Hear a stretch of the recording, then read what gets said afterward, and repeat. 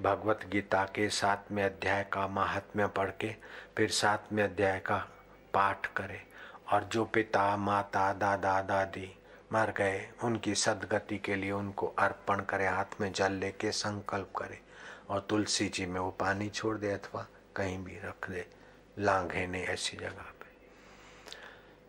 सूर्य नारायण के सामने हाथ ऊपर करके अपनी बगल दिखे शरणागति का ये भाव से कि हे यमराज के पिता श्री भगवान सूर्य नारायण, आप तो साक्षात देव हो, दिखने वाले देव हो।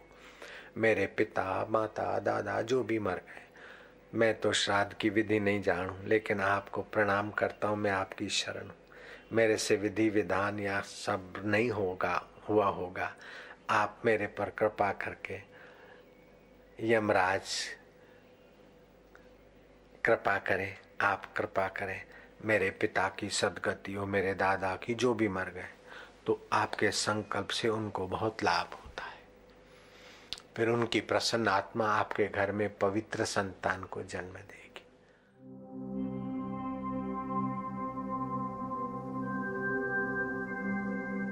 श्रीमद् भगवद गीता के 7वें अध्याय का महात्म्य। भगवान शिव कहते हैं, पार्वती, अब मैं 7वें अध्याय का महात्म्य बतलाता हूं, जिसे सुनकर कानों में अमृत राशि भर जाती है। पाटलिपुत्र नामक एक दुर्गम नगर है, जिसका द्वार बहुत ही ऊंचा है। उस नगर में शंकुकर्ण नामक एक ब्राह्मण रहता था। उसने वैश्य वृत्ति का आश्रय लेकर बहुत धन कमाया, किंतु न तो कभी पितरों का तर्पण किया और न देवताओं का पूजन ही। वह धनोपार्जन में तत्पर होकर राजाओं को ही भोज दिया करता था। एक समय की बात है, उस ब्राह्मण ने अपना चौथा विवाह करने के लिए पुत्रों और बंधुओं के साथ यात्रा की। मार्ग में आधी रात के समय जब वह सो रहा था, एक सर्प ने कहीं से आकर उसकी बाह में काट लिया। उसके काटते ही ऐसी अवस्था हो गई कि मणि, मंत्र और औषधि आदि से भी उसके शरीर की रक्षा असाध्य जान पड़ी। तत्पश्चात कुछ ही क्षणों में उसके प्राण पखेरु उड़ गए। फिर बहुत समय के बाद वह प्रेत सर्प योनि में उत्पन्न हुआ। उसका चित्त धन की वासना में बंधा था। उसने पूर्व वृत्तांत को स्मरण करके सोचा, मैंने जो घर के बाहर करोड़ों की संख्या में अपना धन गाड़ रखा है, उससे इन पुत्रों को वंचित करके स्वयं ही उसकी रक्षा करूंगा। एक दिन सांप की योनि से पीड़ित होकर पिता ने स्वप्न में अपने पुत्रों के समक्ष आकर अपना मनोभाव बताया। तब उसके निरंकुश पुत्रों ने सवेरे उठकर बड़े विस्मय के साथ एक दूसरे से स्वप्न की बातें कहीं। उनमें से मझला पुत्र कुदाल हाथ में लिए घर से निकला और जहां उसके पिता सर्पयोनि धारण करके रहते थे, उस स्थान पर गया। यद्यपि उसे धन के स्थान का ठीक ठीक पता नहीं था, तो भी उसने चिन्हों से उसका ठीक निश्चय कर लिया और लोभ बुद्धि से वहां पहुंचकर बाम्बी को खोदना आरंभ किया। तब उस बाम्बी से बड़ा भयानक सांप प्रकट हुआ और बोला, ओ मूढ़, तू कौन है? किस लिए आया है? क्यों बिल खोद रहा है? अथवा किसने तुझे भेजा है? ये सारी बातें मेरे सामने बता। पुत्र बोला, मैं आपका पुत्र हूं, मेरा नाम शिव है। मैं रात्रि में देखे हुए स्वप्न से विस्मित होकर यहाँ का सुवर्ण लेने के कौतूहल से आया हूं। पुत्र की यह वाणी सुनकर वह सांप हंसता हुआ उच्च स्वर से इस प्रकार स्पष्ट वचन बोला, यदि तू मेरा पुत्र है तो मुझे शीघ्र ही बंधन से मुक्त कर। मैं पूर्व जन्म के गाड़े हुए धन के ही लिए सर्प योनि में उत्पन्न हुआ हूं। पुत्र ने पूछा, पिताजी, आपकी मुक्ति कैसे होगी? इसका उपाय मुझे बताइए, क्योंकि मैं इस रात में सब लोगों को छोड़कर आपके पास आया हूं। पिता ने कहा, बेटा, गीता के अमृतमय 7वें अध्याय को छोड़कर मुझे मुक्त करने में तीर्थ, दान, तप और यज्ञ भी सर्वथा समर्थ नहीं हैं। केवल गीता का 7वां अध्याय ही प्राणियों के जरा मृत्यु आदि दुखों को दूर करने वाला है। पुत्र, मेरे श्राद्ध के दिन 7वें अध्याय का पाठ करने वाले ब्राह्मण को श्रद्धापूर्वक भोजन कराओ। इससे निस्संदेह मेरी मुक्ति हो जाएगी। वत्स, अपनी शक्ति के अनुसार पूर्ण श्रद्धा के साथ वेद विद्या में प्रवीण अन्य ब्राह्मणों को भी भोजन कराना। सर्प योनि में पड़े हुए पिता के ये वचन सुनकर सभी पुत्रों ने उनकी आज्ञा के अनुसार तथा उससे भी अधिक किया।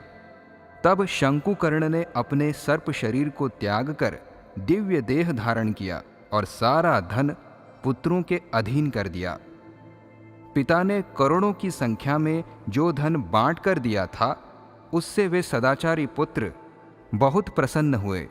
उनकी बुद्धि धर्म में लगी हुई थी, इसलिए उन्होंने बावली, कुआं, पोखर, यज्ञ तथा देव मंदिर के लिए उस धन का उपयोग किया और अन्नशाला भी बनवाई। तत्पश्चात 7वें अध्याय का सदा जप करते हुए उन्होंने मोक्ष प्राप्त किया। पार्वती, यह तुम्हें 7वें अध्याय का महात्म्य बताया गया है, जिसके श्रवण मात्र से मानव सब पातकों से मुक्त हो जाता है। अथ 7मोऽध्यायः श्रीभगवानुवाच मय्यासक्तमनः पार्थ योगं युञ्जन्मदाश्रयः असंशयं समग्रं मां यथा ज्ञास्यसि तच्छृणु। ज्ञानं तेऽहं सविज्ञानम् इदं वक्ष्याम्यशेषतः यज्ज्ञात्वा नेह भूयोऽन्यत् ज्ञातव्यमवशिष्यते। मनुष्याणां सहस्रेषु कश्चिद् यतति सिद्धये यततामपि सिद्धानां कश्चिन्मां वेत्ति तत्त्वतः। भूमिरापो नलो वायुः खं मनो बुद्धिरेव च अहंकार इति यं मे भिन्ना प्रकृतिरष्टधा। अपरेयमितस्त्वन्याम्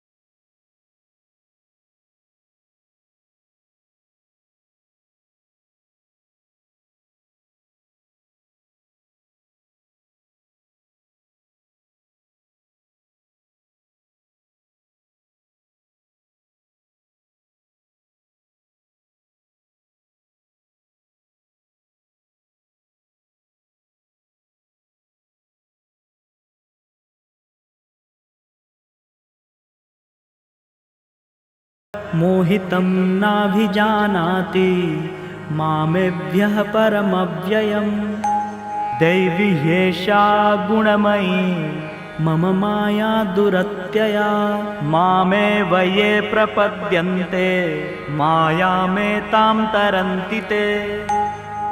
न मां दुष्कृतिनो मूढाः प्रपद्यन्ते नराधमः माययापहृतज्ञाना आसुरं भावमाश्रितः चतुर्विधा भजन्ते मां जनाः सुकृतिनोऽर्जुन आर्तो जिज्ञासुरर्थार्थी ज्ञानी च भरतर्षभ तेषां ज्ञानी नित्ययुक्त एकभक्तिर्विशिष्यते प्रियो हि ज्ञानिनोत्यर्थ महं स च मम प्रियः उदारः सर्व एवैते ज्ञानी त्वात्मैव मे मतम् आस्थितः स हि युक्तात्मा मामेवानुत्तमां गतिम् बहूनां जन्मनामन्ते ज्ञानवान् मां प्रपद्यते वासुदेवः सर्वमिति स महात्मा सुदुर्लभः कामैस्तैस्तिर्हृतज्ञानः प्रपद्यन्तेऽन्यदेवतः तं तं नियममास्थाय प्रकृत्या नियतः स्वया यो यो यां यां तनुं भक्तः श्रद्धयार्चितुमिच्छति तस्य तस्याचलां श्रद्धां तामेव विदधाम्यहम् स तया श्रद्धया युक्तस्तस्याराधनमीहते लभते च ततः कामान् मयैव विहितान् हितान् अन्तवत्तु फलं तेषां तद्भवत्यल्पमेधसां देवान् देवयजो यान्ति मद्भक्ता यान्ति मामपि अव्यक्तं व्यक्तिमापन्नं मन्यन्ते माम बुद्धयः परं भावमजानन्तो ममाव्ययमनुत्तमम् नाहं प्रकाशः सर्वस्य योगमाया समावृतः मूढोऽयं नाभिजानाति लोको मामजमव्ययम् वेदाहं समतीतानि वर्तमानानि चार्जुन भविष्याणि च भूतानि मां तु वेद न कश्चन इच्छाद्वेषसमुत्थेन द्वन्द्वमोहेन भारत सर्वभूतानि सम्मोहं सर्गे यान्ति परं तप येषां त्वन्तगतं पापं जनानां पुण्यकर्मणां ते द्वन्द्वमोहनिर्मुक्ता भजन्ते मां दृढव्रताः जरामरणमोक्षाय मामाश्रित्य यतन्ति ये ते ब्रह्म तद्विदु कृत्स्नम् अध्यात्मं कर्म चाखिलम् साधिभूताधिदैवं मां साधियज्ञं च ये विदुः प्रयाणकालेऽपि च मां ते विदुर्युक्तचेतसः ॐ तत्सदिति श्रीमद्भगवद्गीतासु उपनिषत्सु ब्रह्मविद्यायां योगशास्त्रे श्रीकृष्णार्जुनसंवादे ज्ञानविज्ञानयोगो नाम सप्तमोऽध्यायः।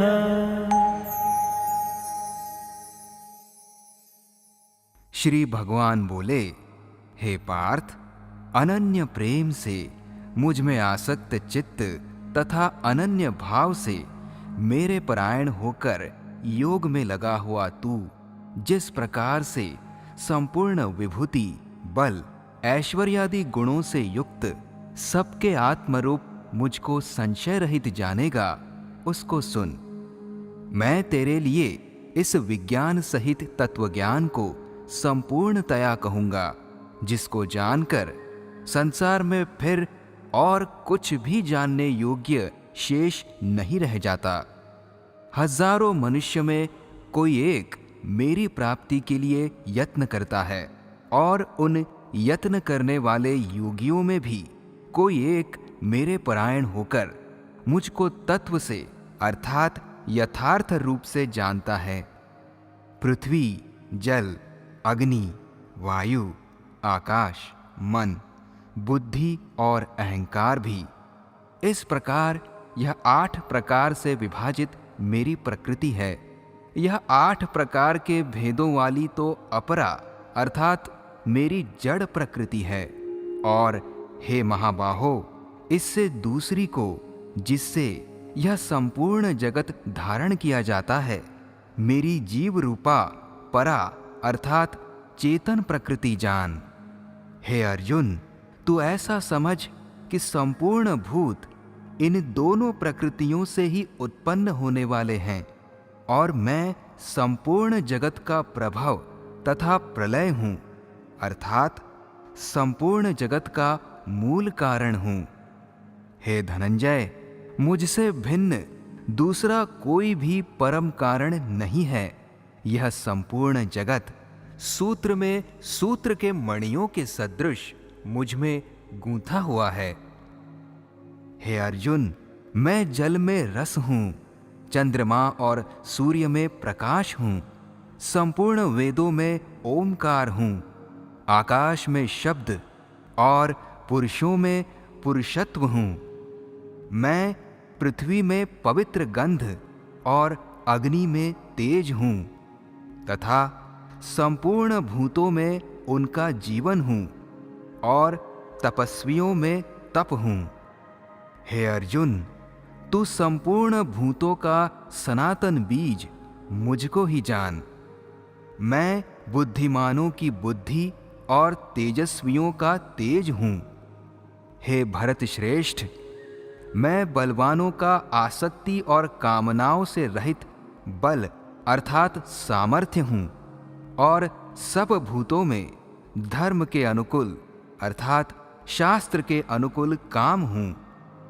और भी जो सत्वगुण से उत्पन्न होने वाले भाव हैं और जो रजोगुण से तथा तमोगुण से होने वाले भाव हैं, उन सब को तू मुझसे ही होने वाले हैं ऐसा जान।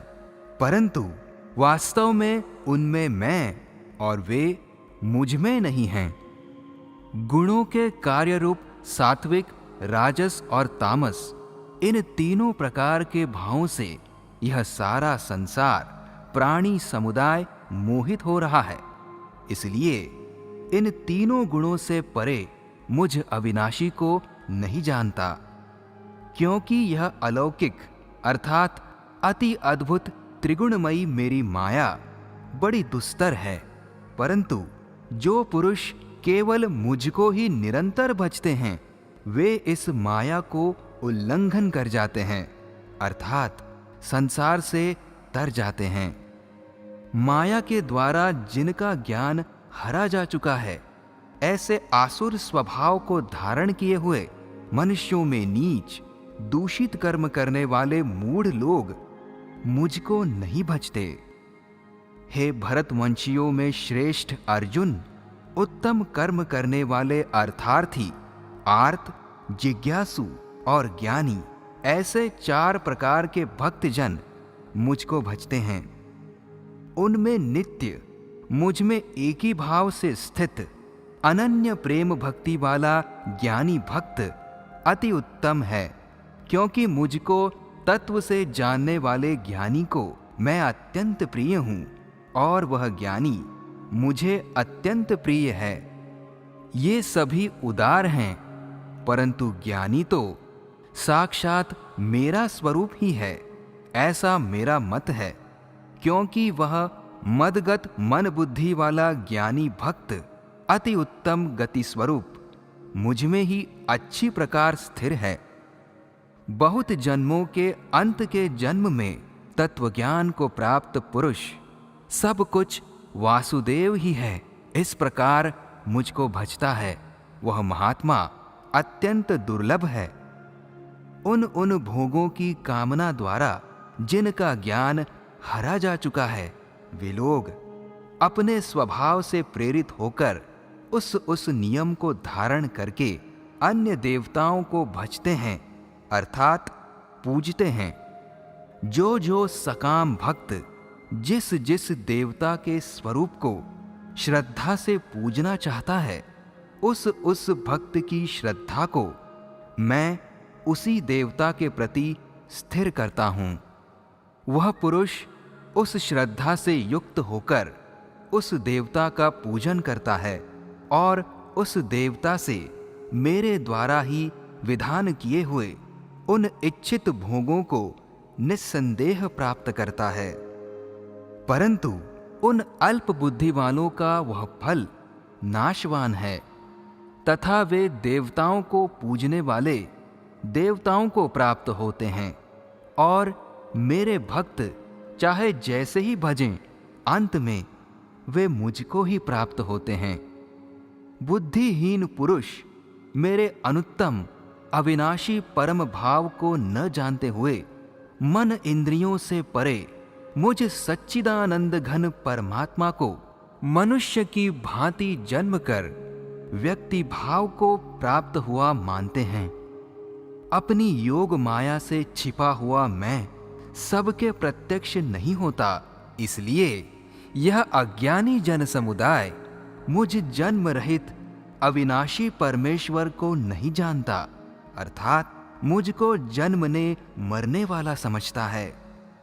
हे अर्जुन, पूर्व में व्यतीत हुए और वर्तमान में स्थित तथा आगे होने वाले सब भूतों को मैं जानता हूं, परंतु मुझको कोई भी श्रद्धा भक्ति रहित पुरुष नहीं जानता। हे भरतवर्षी अर्जुन, संसार में इच्छा और द्वेष से उत्पन्न सुख दुखादि द्वंद्वरूप मोह से संपूर्ण प्राणी अत्यंत अज्ञता को प्राप्त हो रहे हैं, परंतु निष्काम भाव से श्रेष्ठ कर्मों का आचरण करने वाले जिन पुरुषों का पाप नष्ट हो गया है, वे राग द्वेष जनित द्वंद्व रूप मोह से मुक्त दृढ़ निश्चयी भक्त मुझको सब प्रकार से भजते हैं। जो मेरे शरण आकर जरा और मरण से छूटने के लिए यत्न करते हैं, वे पुरुष उस ब्रह्म को, संपूर्ण अध्यात्म को, संपूर्ण कर्म को जानते हैं। जो पुरुष अधिभूत और अधिदैव के सहित तथा अधियज्ञ के सहित सबका आत्मरूप मुझे अंतकाल में भी जानते हैं, वे युक्त चित्त वाले पुरुष मुझे जानते हैं, अर्थात मुझे प्राप्त हो जाते हैं। इस प्रकार उपनिषद, ब्रह्म विद्या तथा योग शास्त्र रूप श्रीमद् भगवद गीता के श्री कृष्ण अर्जुन संवाद में ज्ञान विज्ञान योग नामक 7वां अध्याय संपूर्ण हुआ। श्राद्ध के दिन भगवद गीता के 7वें अध्याय का महात्म्य पढ़कर फिर पूरे अध्याय का पाठ करना चाहिए एवं उसका फल मृतक आत्मा को अर्पण करना चाहिए।